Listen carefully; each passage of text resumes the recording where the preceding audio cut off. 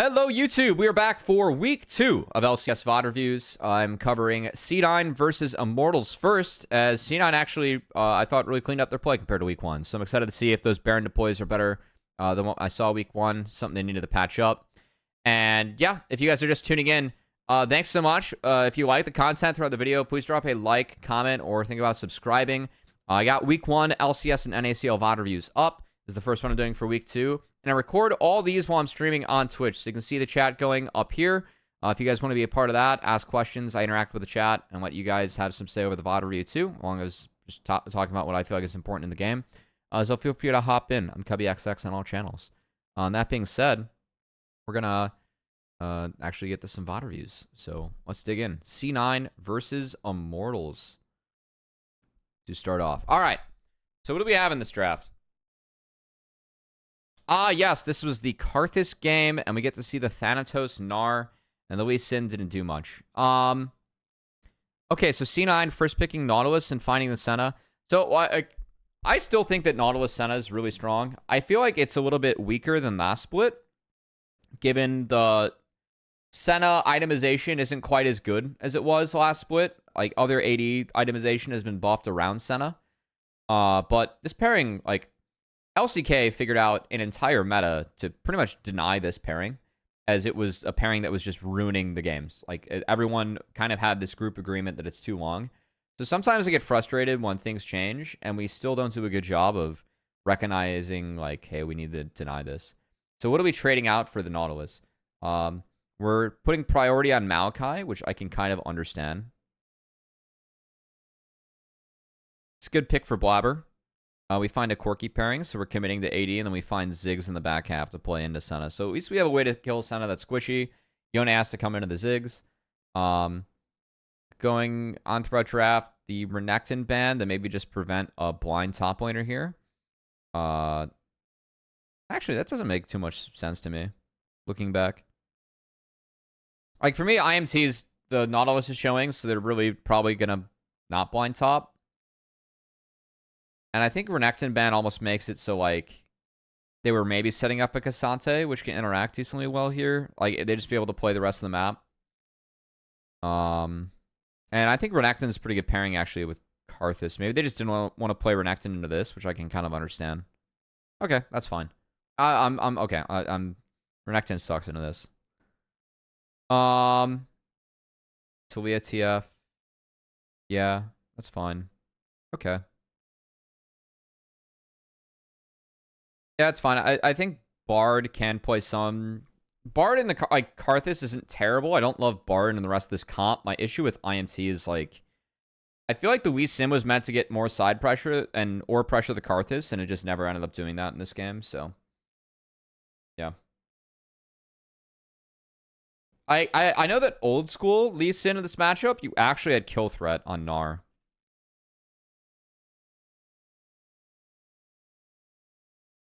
But Gnar just goes steel caps, and then like jungle isn't path top. So we set up the map to help Lee Sin win.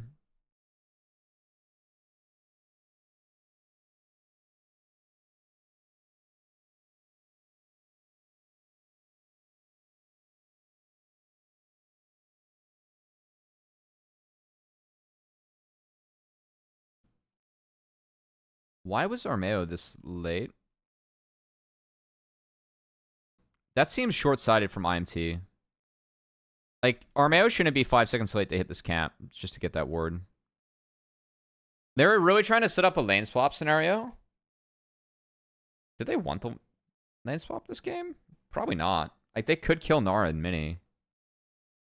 But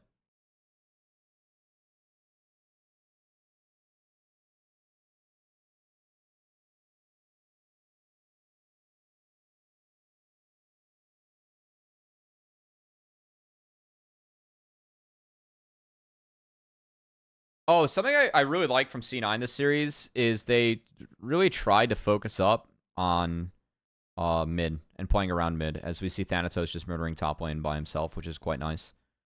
So second win abuse trying to come in for Castle. He took a roughie there by getting hit by that W. I do think that the focus around JoJo, like giving Blabber a fast clear, it gives you more windows to interact with the map in mid. With just how volatile JoJo likes to play, I feel like it's big. All like this 3-man was quite good.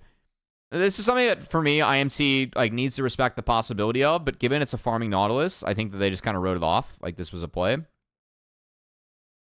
Also, keep in mind, Mask used his trinket early on. So he used his trinket there. Wait. When did he use trinket?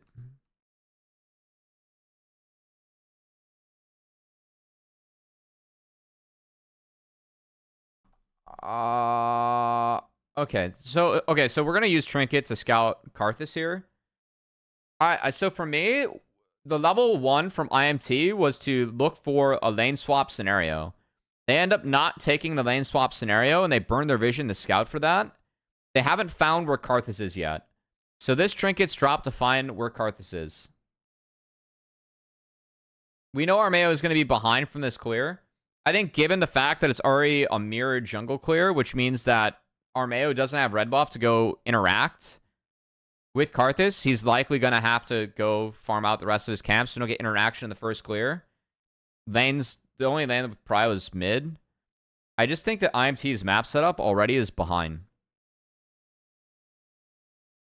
Like this game for me is like already kind of hard. Karthus is already taking off. You're losing your Prio Crab. And you get 3-man mid. And Armeo is like... I mean, even the 5 seconds being behind from Moles isn't worth it here, but...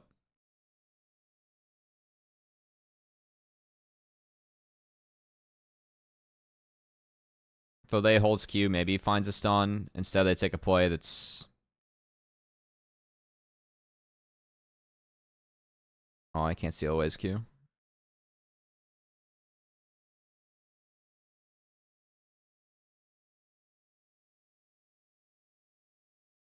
Okay. I mean, this trade from Castle's not good. Yeah, I mean, JoJo is talking shit, but he's right. Ha!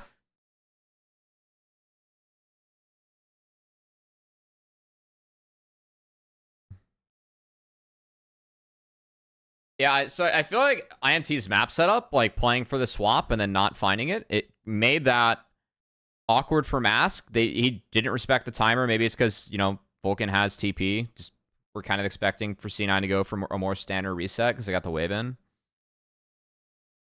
But it was a good roam. I like the timer from Vulcan. I like what C9's doing here. They're going to swap Senna up to get mid-prio and then play for grubs, which Senna always feasts off of. So I thought that C9's early games were really good. Week 1, I've come to expect that C9's early games are really good. And it's good to see that continue in this one. I think IMT didn't do themselves that many favors in terms of setting up this map. And they're already really far behind.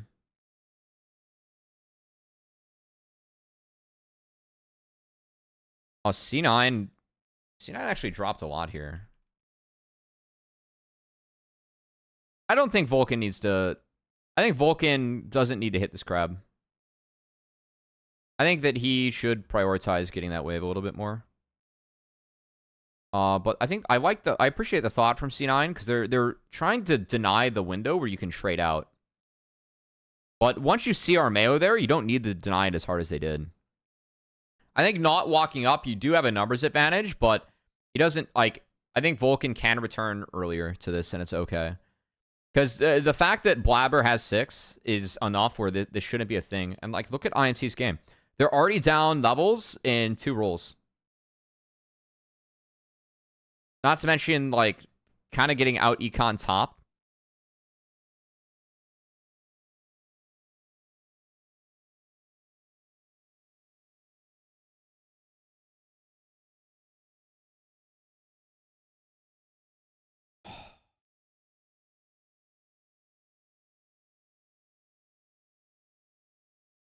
Is it W max Lee Sin? Like, if that's the case, then why are we Wing the minions? Because I think, like, isn't Lane Lee Sin kind of E max? I really want to click on Lee Sin. I don't know what he's... No, it's Q max.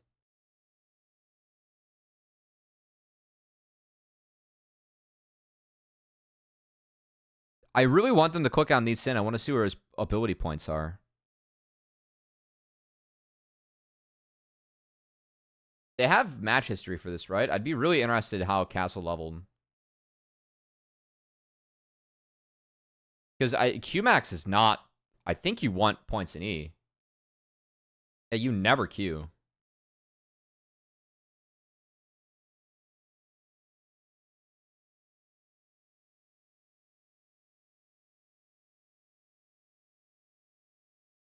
It's cute. Where are his points? I'm sick of Karthus jungle already. I understand that. Karthus really warps the game.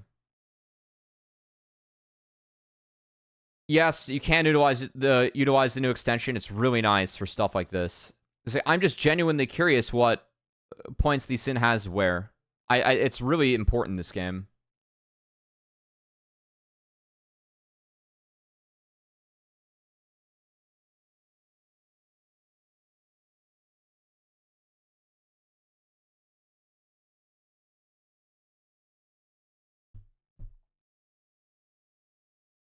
Hold on.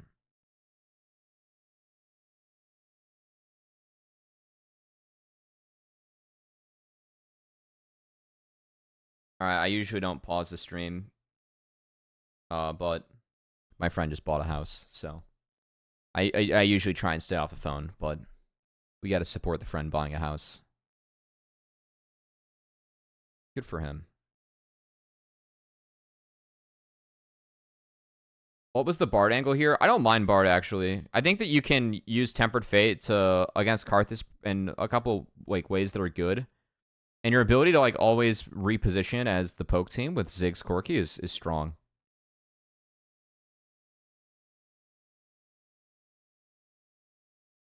You're decent setup for Ziggs. Ole plays it well. I was fine with it.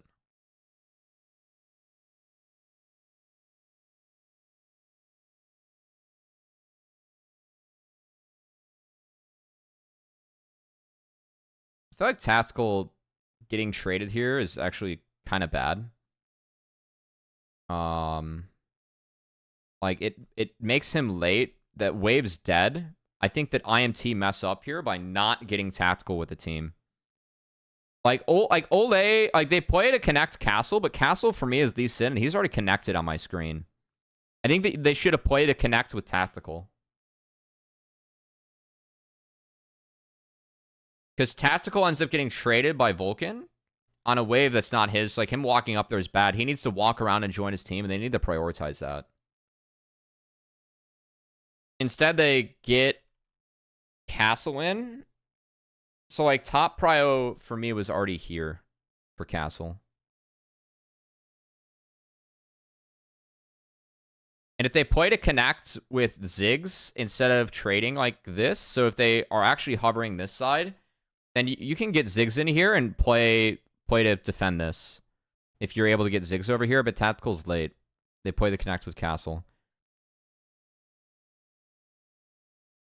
So I think that's a small mistake from IMT. Actually, I think it's kind of a big mistake from IMT. I think that they just took the wrong approach to this objective, because now Ziggs is the Ziggs is playing where Ziggs isn't there first, so he has to throw here instead of holding the choke, if that makes sense.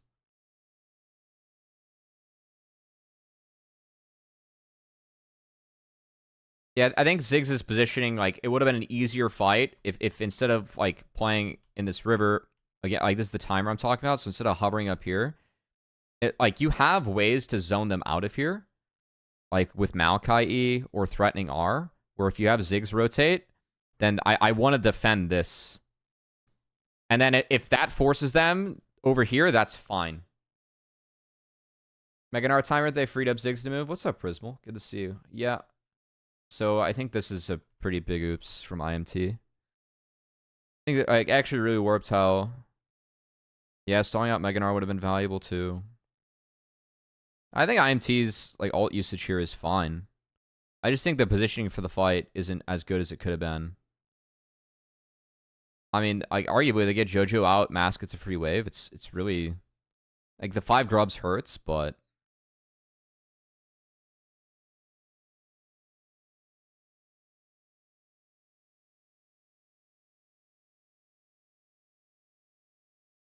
I cannot believe we're this. Dude, please, if anyone's, please, for the love of God, show me castle abilities.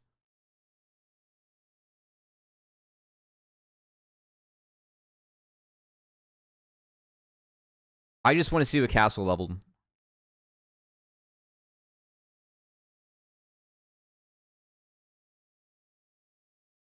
Okay, nice.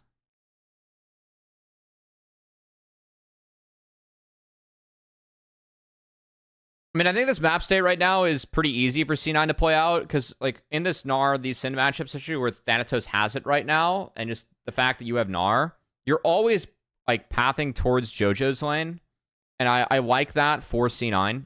I think, again, their draft is a little bit easier in that aspect.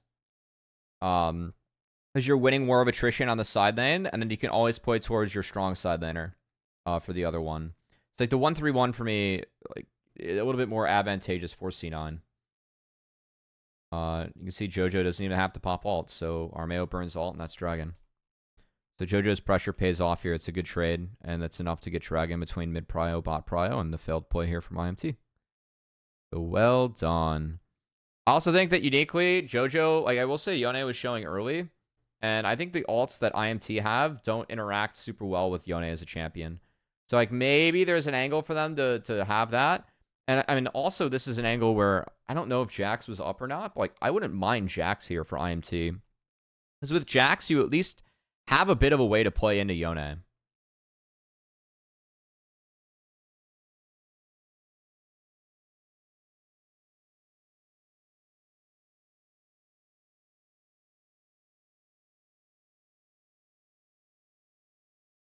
This was, I think, Mask W'd, and it was enough to actually dodge out on the R, which is a little bit goofy. I feel like Broadcast kind of flamed JoJo, but that was a weird scenario where Mask W'd in such a weird direction and still got caught, and then it missed. That I don't hate on JoJo too much for that one.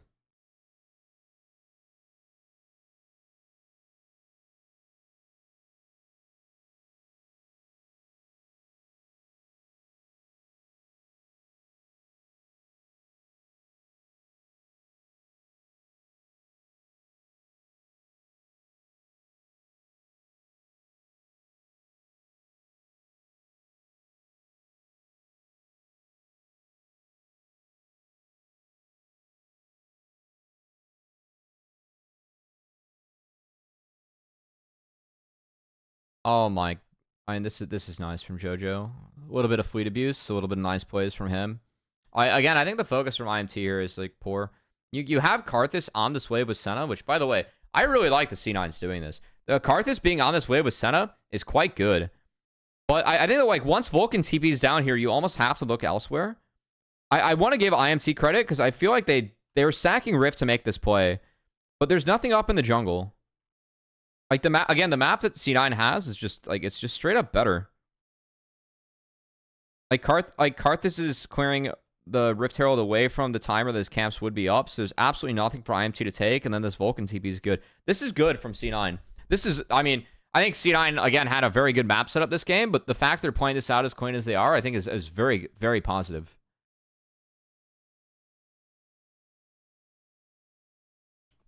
This is very good from C9.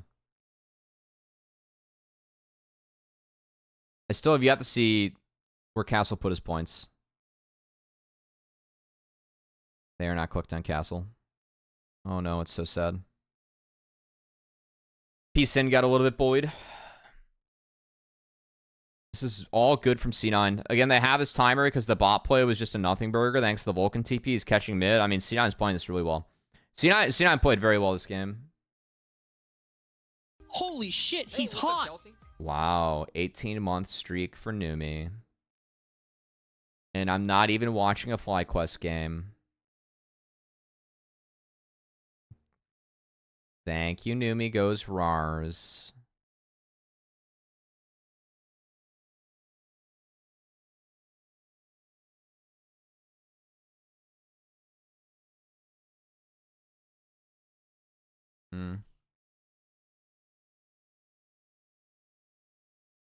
Actually, what's C9's deploy here on the back half?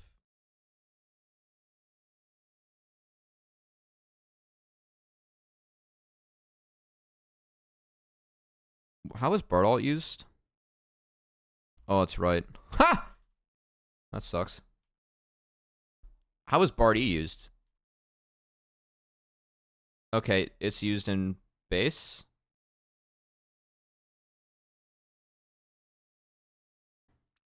Couldn't we, if we actually wanted this play, by the way, can't we just Bard portal here if it's up? And then get a much better angle from Maokai ult?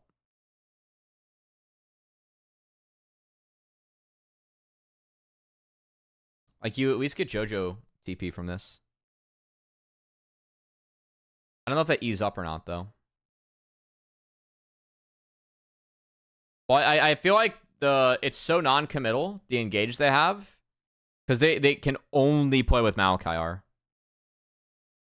And so like, at least with that, we can threaten the members that, you know, don't have cleanse, where it's not just an ult for cleanse trade.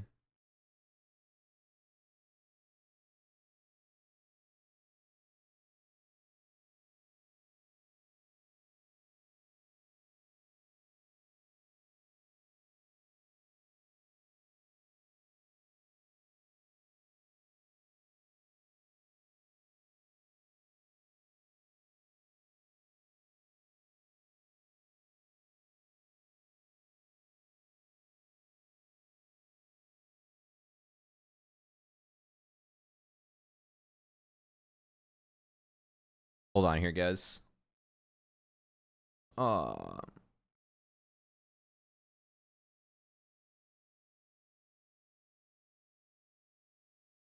what the?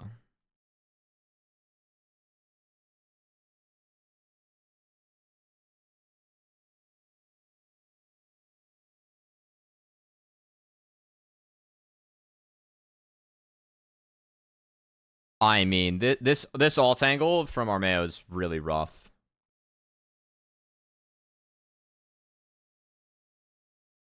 That's pretty rough.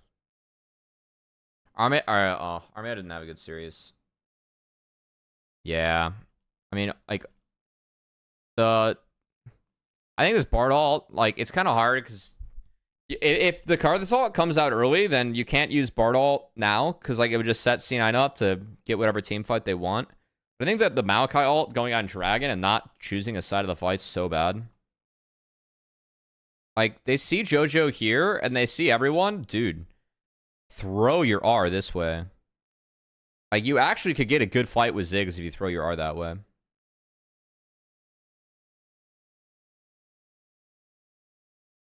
Anyway. Like, C9's Econ's too good. I think once the Maokai ult misses, it's a pretty free fight. I'm really happy with how C9 played out the map and their rotations, though. I feel like they were given a good game, and they really drove it home. So, like, on second look, I was like, IMT's been flat. But this is an opportunity to show, like, you know, how clean can you make a game. I feel like, you know, IMT just have had some cooldowns go sideways, just not connected, you know. This is C9's game to win or lose. With how this game was piloted early, and I really think C9 drove this home. What's up, Quantum? So you can be happy about that if you're a C9 fan. I think game 2 was also like quite good from them.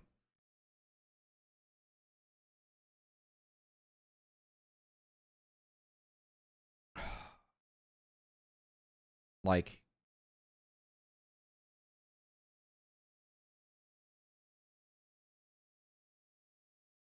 I think that the order of this is reversed too. Like, I want to see Bard ult into Maokai ult. Like, I feel like you can use Bard ult to like have the Nature's Grass kind of spawn on them when they get out of Bard ult, and then you can actually set up a team fight where maybe you find more roots or can find something else. Oh my god. Dude, this Lee Sin has been clicked on all game. I'm just gonna assume it's Q into Emax, which I think for lane is really poor. But I know. I also think that with Armeo's game, like after the mid play happened, maybe they had a set play to like go on Gnar after the first clear, and it just didn't work.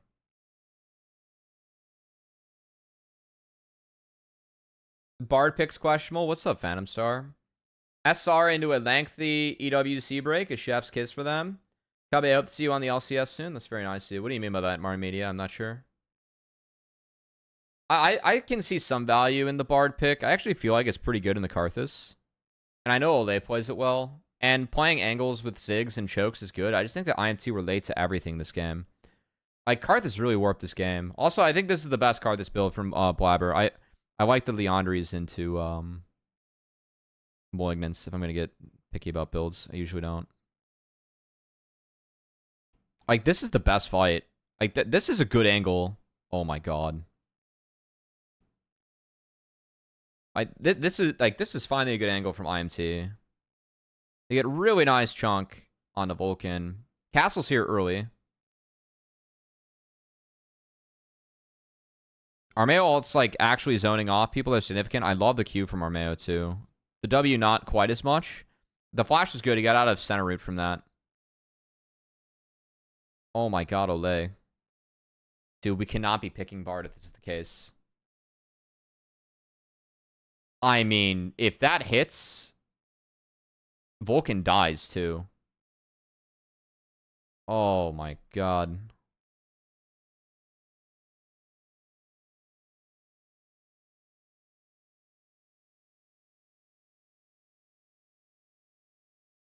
I think from week to week they can improve, so having another easy match into a break for the clean things up is really nice. Who does SR play this upcoming week? I mean, if I'm them, I don't want an easy matchup. I want to get my cheeks fucking clapped by good teams so I can actually have a chance to win later. C9? Alright, that's sweet. Yeah, get your cheeks clapped by C9. That's fine.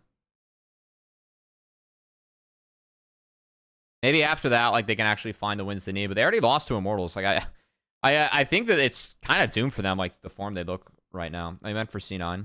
Aren't C9 attending? Or no, they're not attending. It's FlyQuest and TL. My bad. They're attending in other games.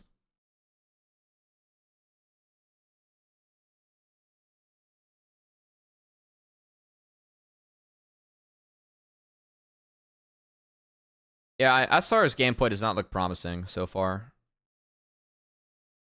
I mean, again, I like this Bard ult. Like, this Malachi ult's just not it. I really want... I think the order of operations should have been Bard ult into Malachi ult this game. And I'm kind of surprised, like, given the amount of Bard I expect IMT plays, that they didn't figure this one out.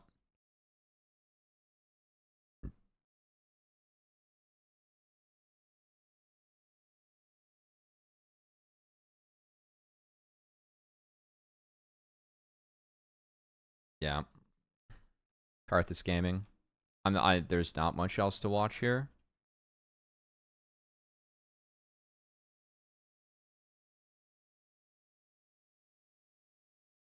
I saw Vulcan called on Spotify.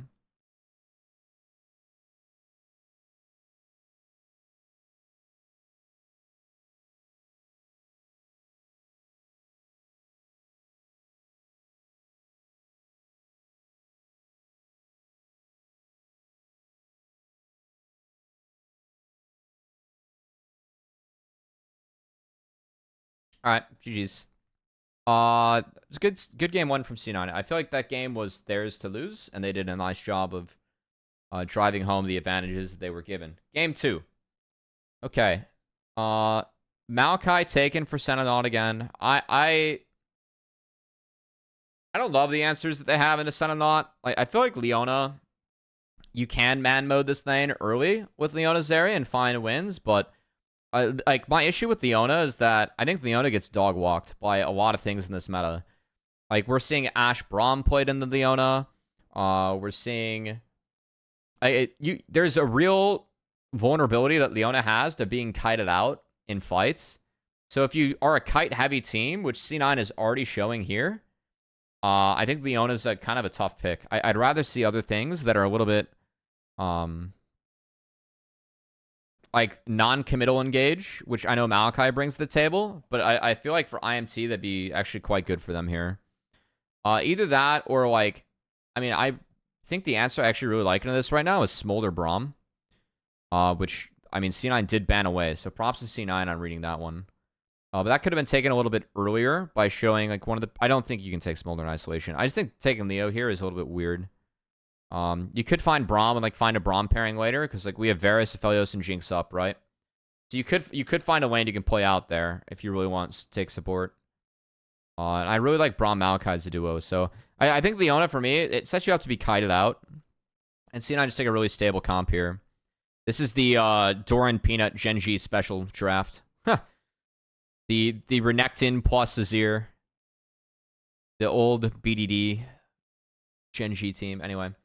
I like the Renekton pick here. I feel like Cassante is like one of your only answers. You can't go... Like, Jax is the other one. Ends up being Cassante. So you get to play away from top again. And Thanatos can win in isolation. And then you have... each team playing towards bot, ideally with the Zeri. I think lane swapping is actually valid for IMT this game. And then mid matchup is... I mean, I really like what C9 does in this game. Like, they really fuck with mid matchup in a way that I think is just super based.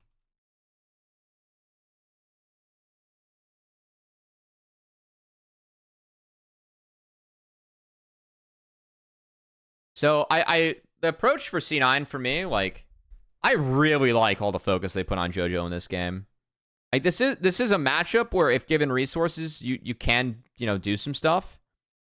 And C9 really abused Mask and his flash and flash timers. As I mean, Berserker sticking around here is pretty lit. Now Mask is a good Jace player. Like when I was doing my scouting on Mask coming over, this is definitely one of the champs that like he was able to play. That's a winning level 1 if you are able to find it without any influence from anyone else in the game. But Berserker influences it to like the 10th degree. And he's playing support Senna. So, I mean, Nautilus just gets to go soak up some XP. You get a TP out of Mask. Just buy the pot that you spent in lane. And JoJo has experience advantage. He has push advantage. Like, it completely warped this matchup.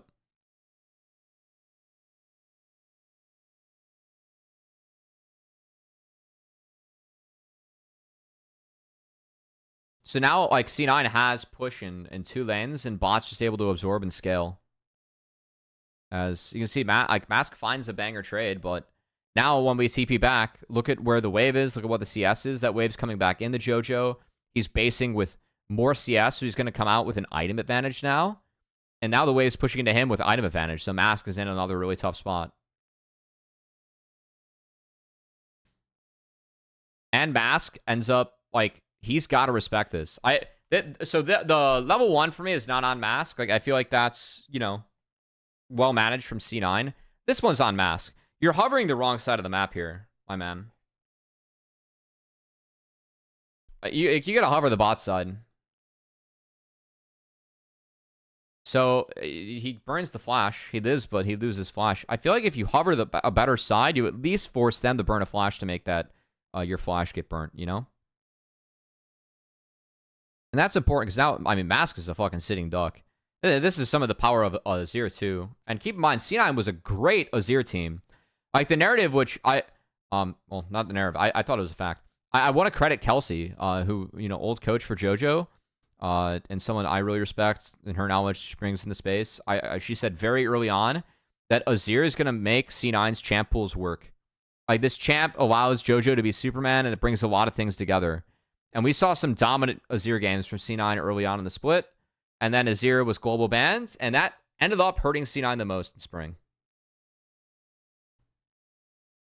This is a good roam from OA. Like, Mask needs help mid. He has no flash, and JoJo is approaching 6. And he is at, like, under threat. So Olay, like, super hovers him here. So he just gets this wave in. But, again, he's further behind in XP for that. So C9 making more out of that mid lane lead they gave over to JoJo.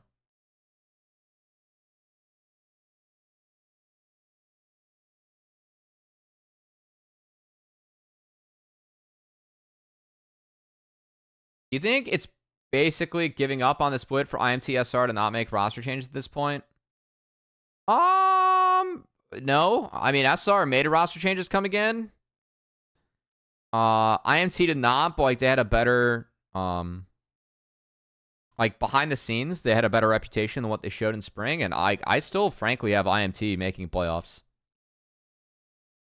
And realistically, IMT only needs to find like one more win to give themselves a really good chance to make it. All right, so Mask has the right idea here. I will say that like his jungler is approaching. So look at where Armeo's at. People might look at this and be like, hey, Armeo's late. Armeo's here on time. It's just Mask preemptively throws down a control ward. Like, Armeo could check the river with and for him. But Mask walks up, no sums. And again, we find a kill without having to burn any sums for C9.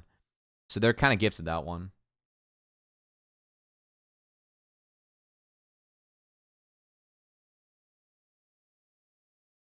Also, Mask is down, like, heavy CS.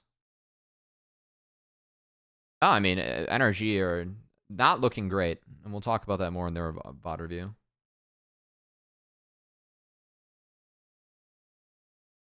Speaker was available. They didn't bite. Yeah.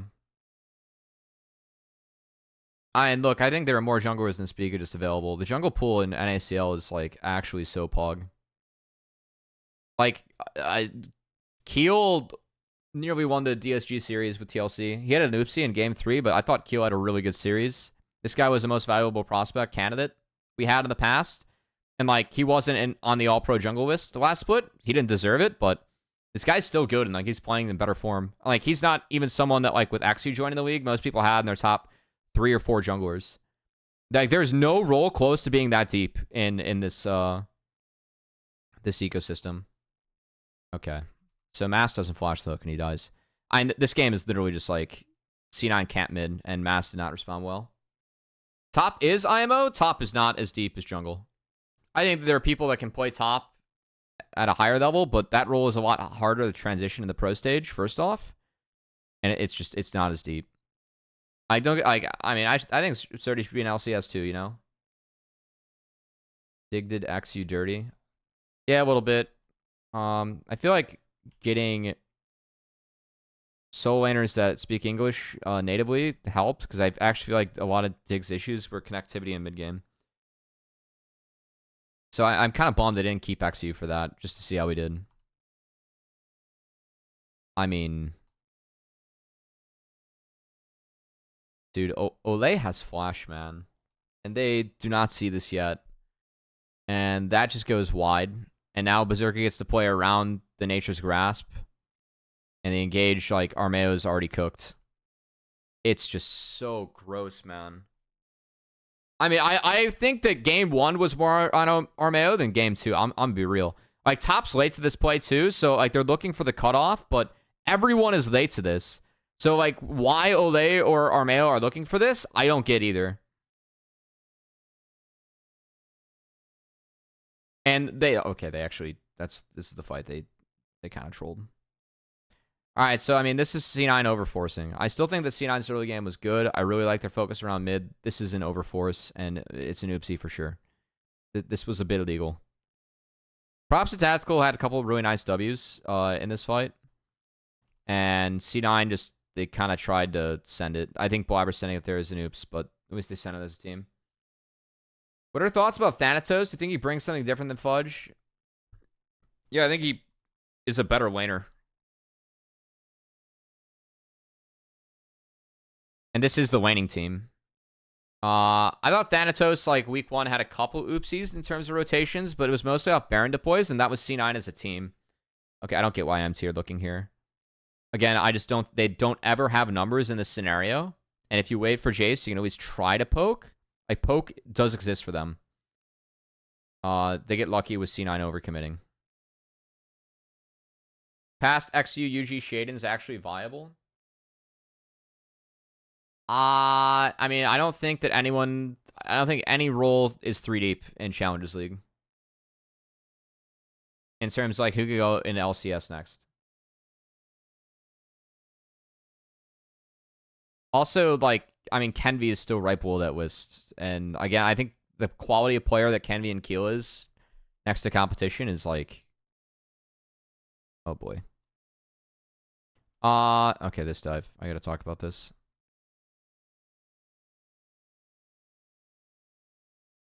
Okay, Armeo takes it. And then he doesn't want to get stunned up. Understandable. But he W's in, and Ole doesn't auto here to take tower aggro, so it goes to Armeo. I'm be real. Armeo got a lot of flack for this series, and deservedly so. This series, for me, doesn't look nearly as poorly on him than what community sentiment was. And I think a lot of it, like, first off, like, I was like, game 2, I was like, oh god, he's late to everything. But I think IMT's map setup, game 1 was quite poor, and game 2 for me was a little bit more, like, on Mask. And other members. The Maokai alts game 1 were bad.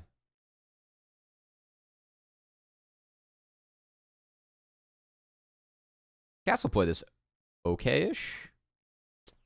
I think he's just got to go for Blabber. I don't know why he's looking for Jojo there. Also, I think you got to save that until you take aggro, your Q3. Like, throwing it out when no one has aggro is a little bit of impatience, unless it was timing out, which didn't look like it was. All the upgrades at least over 2. I mean, but, okay, by arguing that, you're still, in a way, arguing that the pool top is not as deep as the pool in jungle. I agree. I think Surdy is an upgrade. Like, let's take the whole pool as a whole. Jungle is still deeper by, like, what you're arguing.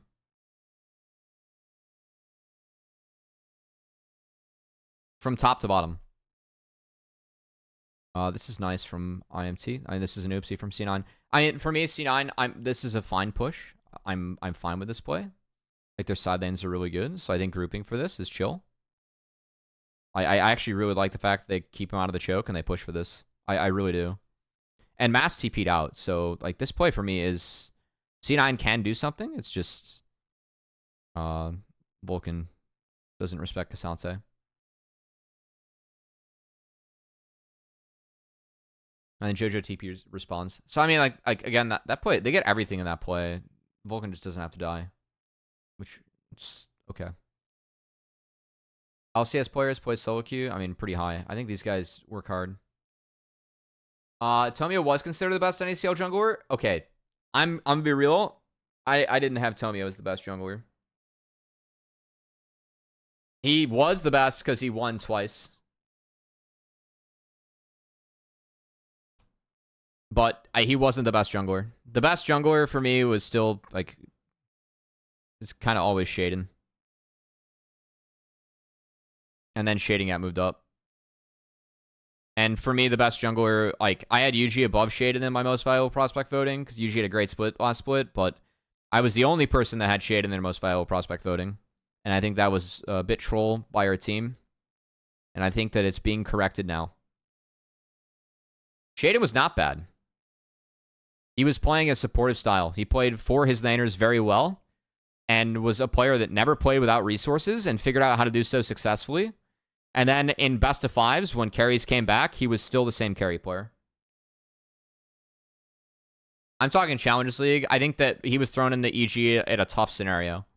You're walking in mid-split as a rookie into a rather, like, young team.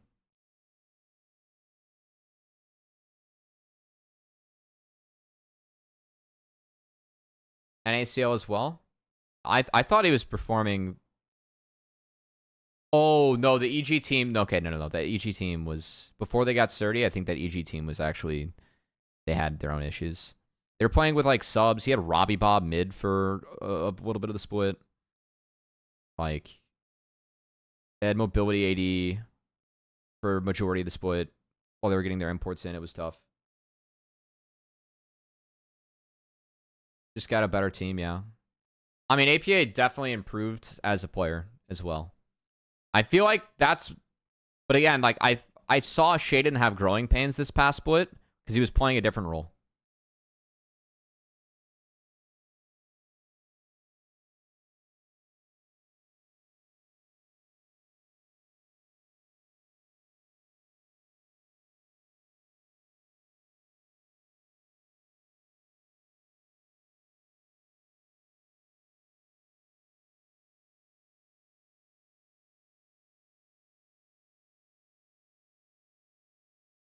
All right, we have the NA RAM. This for me, like, IMT, I think they're opting into this because they have poke, but I don't know how beneficial it is for them. C9 always gets lane. They're always going to be first to sides. Olay tanking everything with Mogs is actually not bad. So I thought IMT like somehow manufactured a window where they can actually do something. Jojo is such a Chad for challenging this.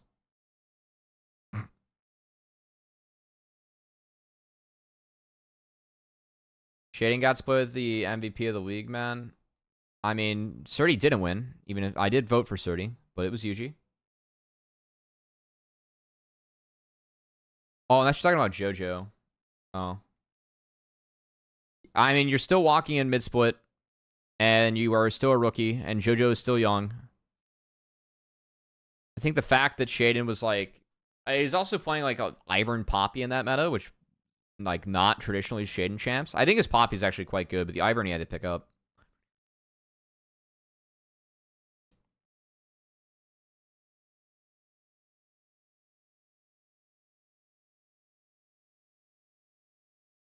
I don't think it was a real chance. XU got more of a chance than Shaden. I think Tomio has gotten more of a chance than Shaden just by this split. Yeah, they were still running a 6-man.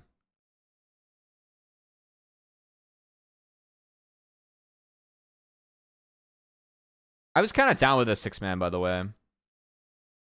I feel like they're like Armeo and Shaden are a little bit different players and bring a little bit different value in draft. They're each smart enough to like sit behind the scenes and work. I know Armeo was like really workable with that too. Nice flash by Tactical.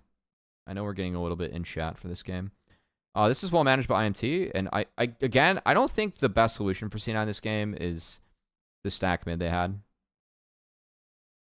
I think the best solution for them was to keep Renekton on side.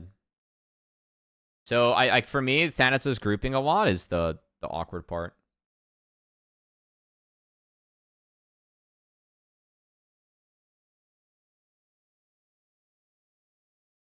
I mean,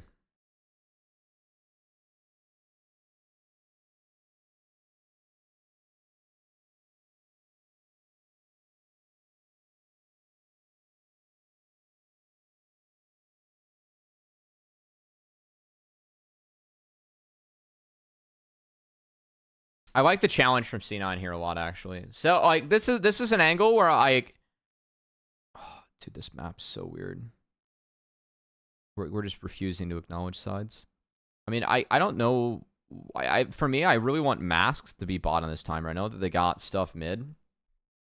But if Mask is bot, I think that you actually have like legit pressure to play for Drake, and you can walk up and maybe catch C9 when they are starting a Baron.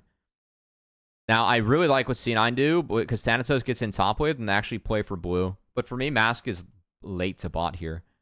Like, Mask, I know he gets stuff from Berserker. But Mask, for me, needed to be bot. Like, now. Like, coming out of replay, Mask should be bot. So now he's late to bot, and C9 get this play.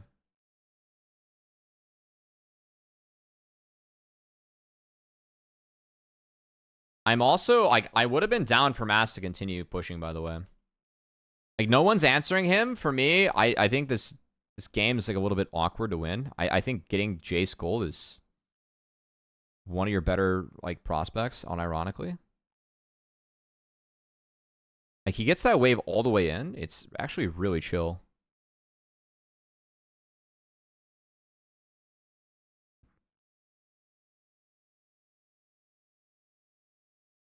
But now, like, he's groups, and again, we're just kind of forced to NA Ram.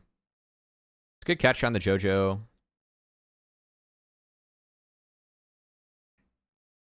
And you're going to trade Jojo for Owe every time. I think it's fine. The issue I have here is that no one tanked for Tactical. I actually think Tactical can have a big fight, but Castle doesn't stay in front of him. So Tactical just dies, and then any chance of your fight's over.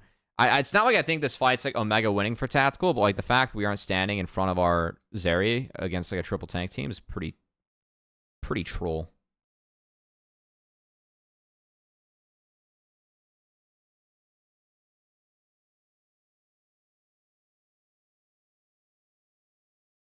Your diagnosis on EG last split compared to mine is very different.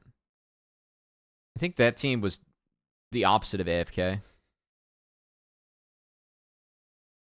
I thought Ayla actually did not get enough credit for the split that he had too. I thought Ayla was actually like, I mean, he was definitely flippy, but that entire team was flippy, and I thought Ayla had some games where like he actually played quite well, and Unforgiven was, like, for me, one of the better ADs in the league. All right, we found JoJo again, but we die for this. JoJo Zanya's through the root, by the way. It's quite nice. It's a nice Seeker's usage from him. I think it's good finds from away, and they get Warmogs to reset, but no Maokai ults. Tough. Like, there's just no point anymore. I just think it's so hard for Jace Poke to actually matter into Senna not. Especially with Warmogs being meta now, like, if you get ahead, Warmogs is so oppressive. I feel like Mogs needs to be changed / adjusted a little bit. I really don't like when Mogs is like insta rush item.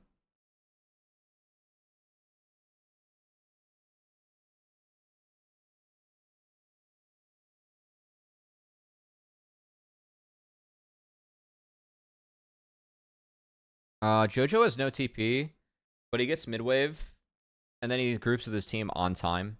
IMT is looking-ish on this wave. I think Armeo standing there is a little bit troll.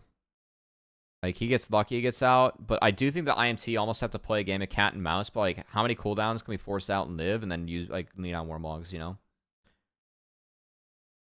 Necessary Zanyas. See, this is one where if they send Armeo to go fix, dude, what the fuck?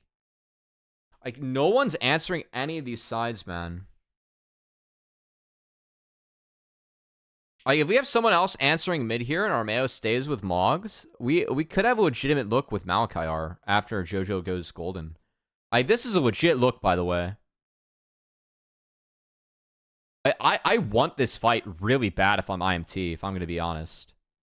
It might be the best condition you can get for the rest of the game with all these flashes being down. But, like, Armeo has Mogs, so he could stay, but he went to answer the mid-wave, which no one else was answering. It's like they miss out on, for me, their best opportunity to come back in this game. Because I want Nature's Grasp to be cast as that Zanya. Like, I see Zanya's, I cast Malachi in that scenario.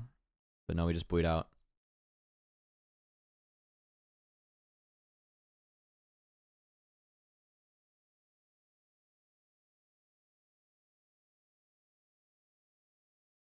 Yeah, I'm be real. I think the game 1 was very poor from Armeo. I actually think game 2 he was completely scapegoated.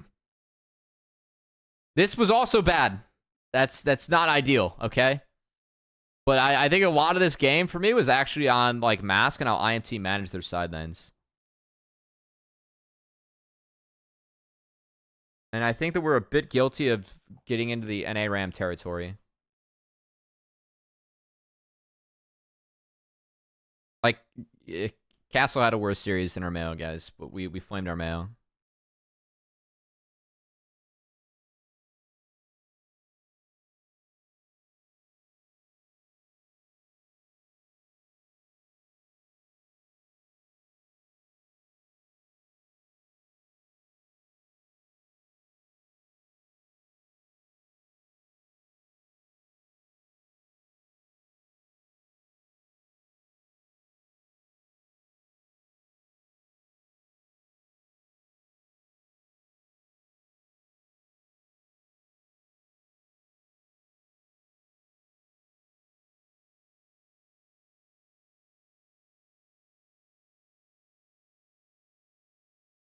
I mean, this is like,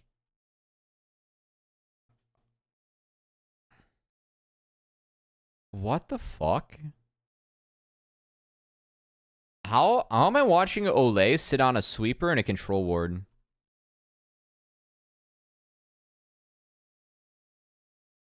Okay, let's be real here. Let's be realistic for IMT. They have a double control ward set up on top side. They see JoJo here. You should know You should know that your vision line, you have info. You lost this. This is your vision line. Okay? Olay drops this here. This is fine.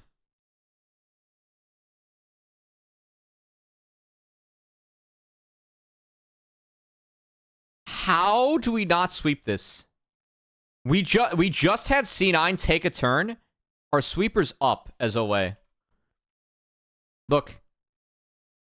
How do we not sweep this?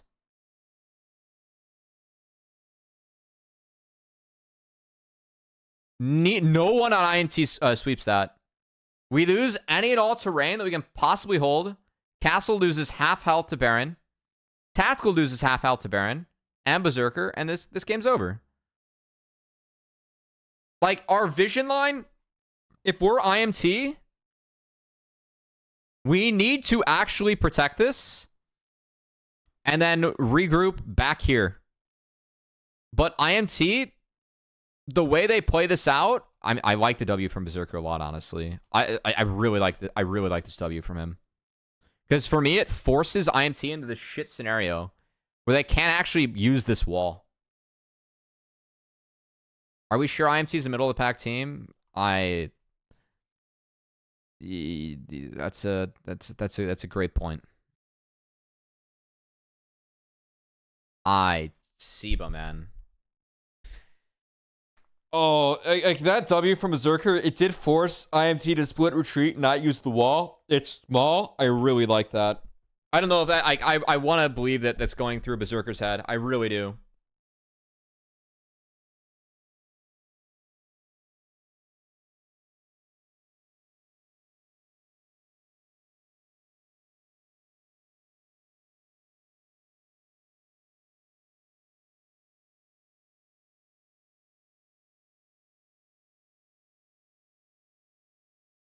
All right, congrats to C9. This is a nice 2-0. I think C9 did show a lot of positives. I like the identification to play around mid, and I like the some of their early game rotations I thought were really clean. And the game was presented to them for me, game one, and they really cashed in hard. So I respect that. All right, guys, thanks so much for tuning into this VoD review. I'll have more on the stream. But if you're a YouTube listener, feel free to like, comment, subscribe, and tune into more VoD reviews. And if you want to join live, twitch.tv/CubbyXX.